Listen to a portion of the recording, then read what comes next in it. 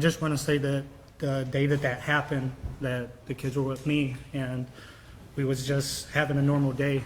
I was just playing with them, getting them dressed and ready for the birthday party they was getting ready to attend. Their mom was running in a little late, so they was on their way to come pick them up. At that time, I was, rushing, getting them out the door, making sure that they was ready. Once their mom picked them up, 30 to maybe 40 minutes, probably maybe an hour at tops, I was getting calls from my phone constantly from people I haven't met in years, family members. I felt in my stomach something was very wrong. I knew that there was something that wasn't right. There was people from over 20 years that I haven't talked to, 10 years, my family. My brother finally got a hold of me and told me there was an accident at the boat club regarding my kids. I felt it in my stomach that something was wrong. I didn't know out there. He wouldn't tell me. No one would tell me what was wrong.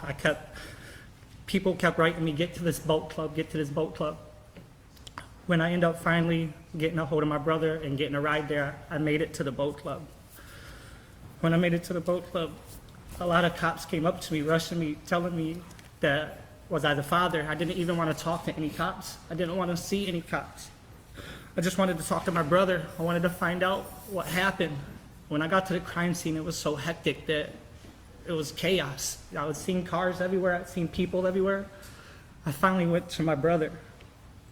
When he told me that he couldn't tell me to go to the cops, a chapel guy came on my corner, and I dropped straight to the ground. I started screaming because I knew they was gone. I felt they was gone. I knew in my heart they was gone. So I told him not to tell me. I begged them not to tell me.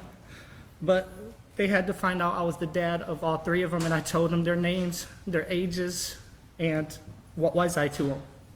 Before I even registered it was gone, they told me that Jaden, my oldest, was airlifted to the University of Michigan. I didn't even have time to grieve. I didn't have time to process what was going on with Alana and Zane because I had to rush to U of M. I had to make sure Jaden was okay. I had no idea that he was even alive at the time because he was airlifted. The other two, I was still processing that they was gone.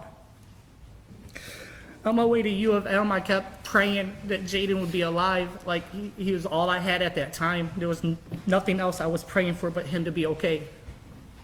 When I got to the University of Michigan, Jaden was on the table, covered in blood.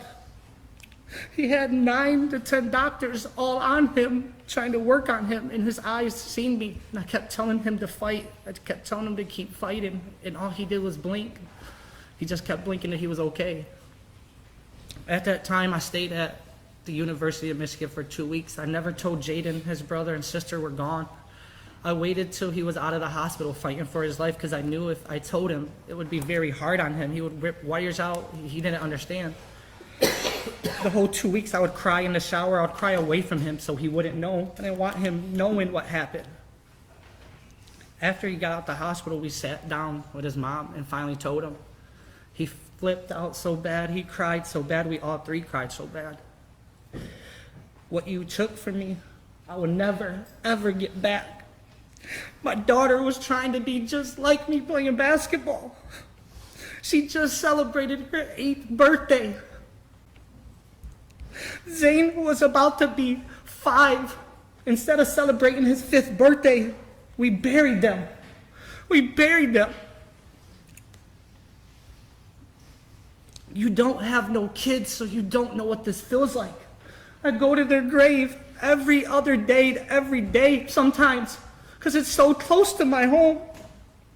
The only time I feel close to them is being at their gravesite, because I don't feel them anywhere else. I thank you, Judge, from the bottom of my heart for letting me tell my statement. And I promise I don't wish nothing but the worst for you. And I hope that you feel what we feel every day. Because it's hard. It's hard even to wake up knowing that they're not here. It's hard that their older brother has to be without his brother and sister. And I hope every day that you realize what you took it from us. Thank you, Judge. Thank you, Mr. Phillips.